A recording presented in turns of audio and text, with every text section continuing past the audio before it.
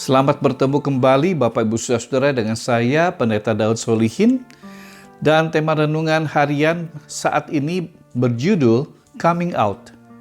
Terambil dari bacaan Injil Matius pasal 9 ayat 1 sampai ayat yang ke-8. Bapak Ibu Saudara, terlepas dari pro dan kontranya masalah LGBTQ, yaitu singkatan dari lesbian, gay, biseksual, transgender, dan queer, akhir-akhir ini cukup banyak orang-orang yang mengaku bahwa mereka adalah kaum dari LGBTQ, walaupun masih berada di dalam bawah tanah, underground. Pengakuan bahwa orang itu adalah seorang gay justru baginya adalah sebuah pengakuan yang melepaskan kelegaan, membawa diri pada kebebasan.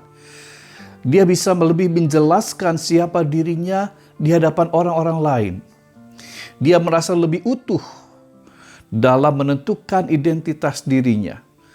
Tetapi pada saat yang bersamaan, itu juga menentukan respon orang terhadap dirinya. Bagaimana posisinya juga berada dalam lingkungan masyarakat setempat ataupun di tempat-tempat yang lainnya. Bapak Ibu Saudara, pengakuan berarti juga menghargai. Seorang mahasiswa telah lulus dan dia diinaugurasi dalam sebuah upacara wisuda sarjana di kampusnya. Wisuda itu juga merupakan pengakuan sekaligus penghargaan bagi dirinya. Bapak Ibu Saudara, ketika orang yang sakit lumpuh itu dibawa ke hadapan Yesus oleh para sahabatnya itu sudah lebih dulu mengakui bahwa Yesus mampu menyembuhkan sakit penyakit.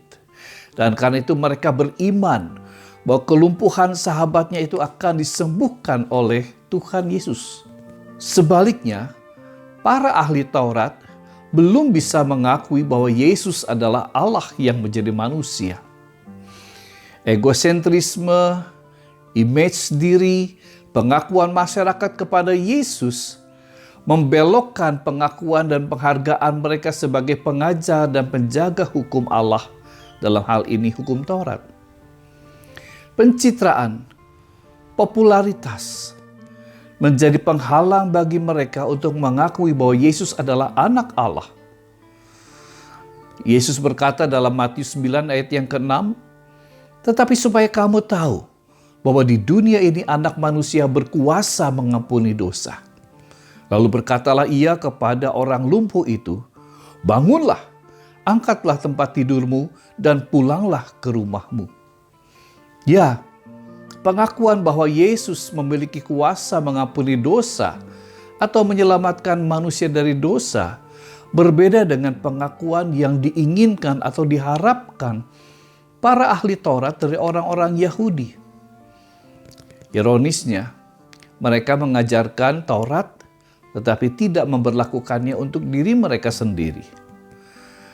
Rasul Paulus berkata dalam surat Roma pasal 10 ayat yang ke-4, "Sebab Kristus adalah kegenapan hukum Taurat, sehingga kebenaran diperoleh tiap-tiap orang yang percaya."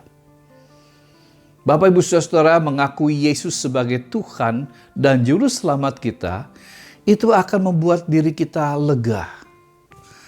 Ada kelegaan. Beratnya tekanan masalah dalam kehidupan membuat hidup ini terasa sesak dan pengap.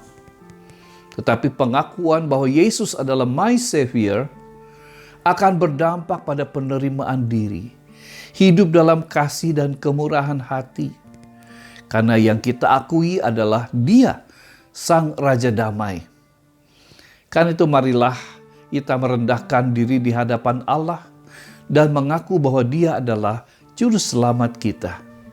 Tuhan memberkati. Amin.